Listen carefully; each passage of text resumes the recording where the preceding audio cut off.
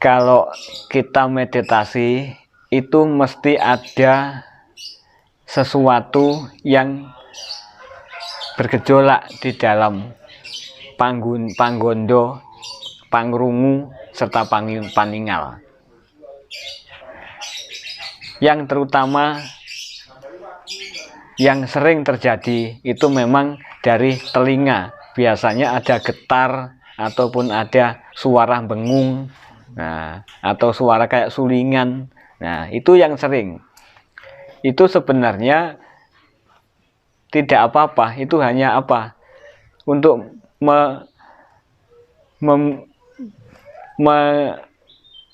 untuk ujian ataupun untuk cobaan, untuk tingkatan dari rasa manembah kita, gitu. Kalau kita lolos dari suara itu dan bisa meredam serta bisa memasukkan atau menyatukan rasa itu yang di telinga sebelah kiri, suara-suara ataupun getaran itu yang berada di dalam meditasi, itu di dalam kita tarik kembali ke dalam, itu akan mendapatkan juga suatu anugerah, yaitu apa? Bisikan. Bisikan ini, suara bisikan ini nanti kita kaji juga, gitu.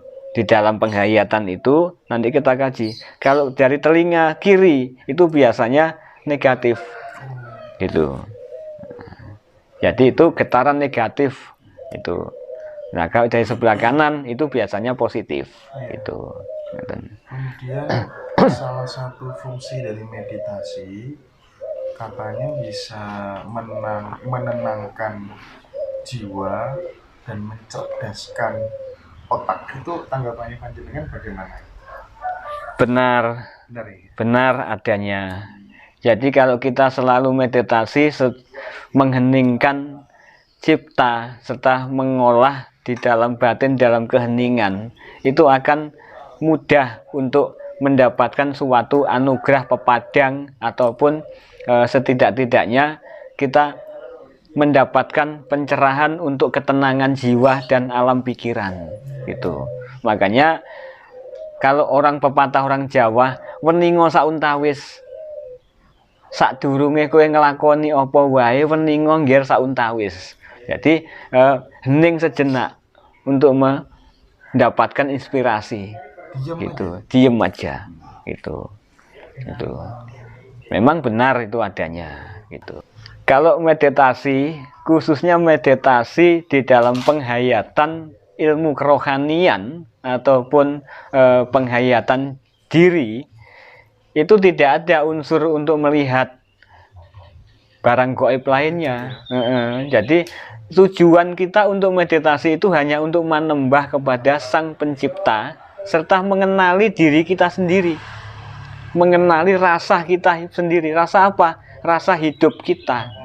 Nah, kalau nanti sudah mengenali dulur papat kelima pancer ataupun saudara gaib kita di dalam meditasi itu, nah, baru kita bisa membedakan gaibnya lain, gitu. Gaibnya yang datang itu siapa, itu bisa. Jadi itu selaku bonus itu.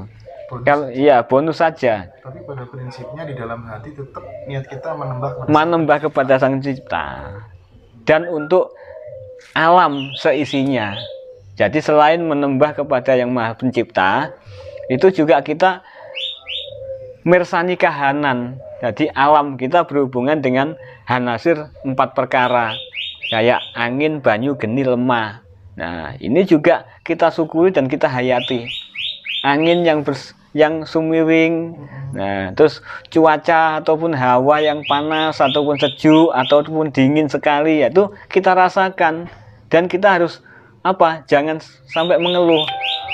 Kita harus puji syukur, alhamdulillah nek wong Jawa, nek wong umume. Dan nek tiyang Jawa, puji syukur Duh Gusti dumateng sedaya rahmat ingkang panjenengan paringaken dumateng lahir batin kawula. Kawula saged ngraosaken rasa ngeten. Nah, itu. Jadi tujuan begitu asal dilakukan secara tulus, iya. Gitu, niatnya menembah, itu juga bisa sebagai langkah untuk penebusan dosa. Penebusan dosa juga bisa, gitu. Jadi kalau orang Jawa itu cuwun mangapura. Jadi kita selalu nyuwun pangapura dumateng ngarsaning Gusti. Du Gusti paringono pangapura dumateng sedaya kaluputan kawula. Gesang kawula wonten alam jagat panjenengan punika kathah tumindak nalisir. Niku berserah diri.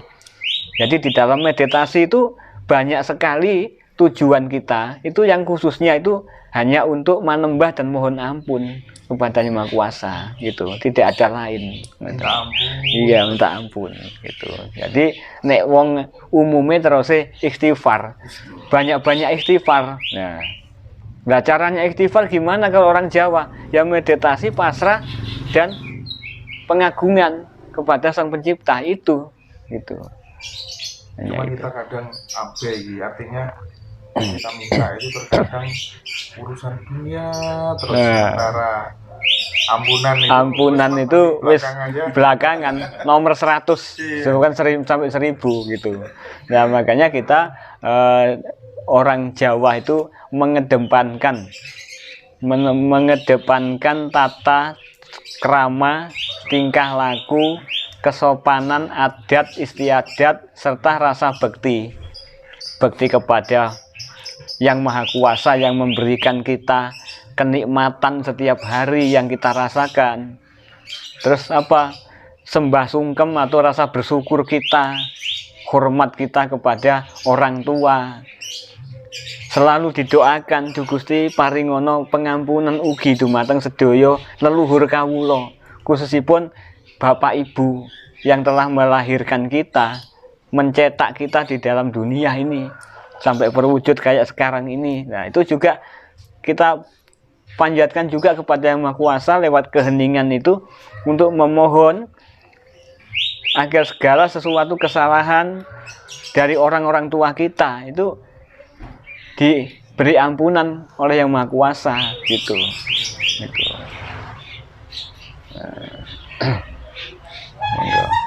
Iki wonten pertanyaan mari Injih. Di dalam semedi, pikiran kita seolah-olah berada di tempat yang paling tinggi, seperti bersilah di mercusuar dan tempat-tempat aneh yang belum pernah kita datangi. Apakah itu lamunan atau keinginan? Iya, nggih. Terima kasih matur sembah nuwun sanget dumateng para kadang ingkang sampun merasakan kayak gitu. Itu suatu kenikmatan dan suatu anugerah juga untuk kita semua yang sudah benar-benar meditasi secara secara total. Jadi tidak ada pikiran ataupun apa angen-angen yang lainnya, dan lagi kekarepan. Jadi geden karep untuk pengen ngene oleh semedi kumang dan oleh ngene itu sudah lepas itu. Jadi hanya khusus pendalaman rasa. Nah kita dialamkan gitu, alam rasa, alam jiwa, sampai ke di puncak mercusuar, di tempat yang sekiranya indah, itu di jiwa kita yang masuk, yang merasakan kayak gitu. Itu memang benar adanya.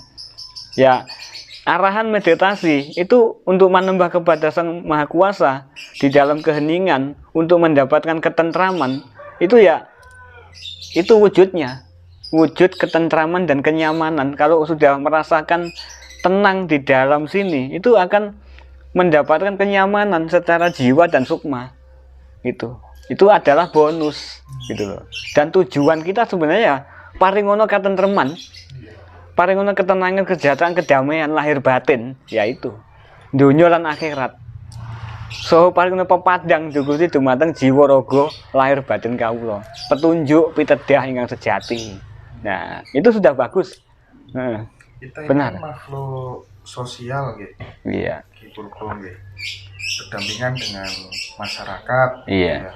Sebagai seorang spiritualis, ketika kemudian kita melakukan proses meditasi gitu, secara konsisten terus-menerus, pencapaiannya harusnya setiap spiritualis itu apa yang bisa diterapkan dalam konteks hidup bermasyarakat.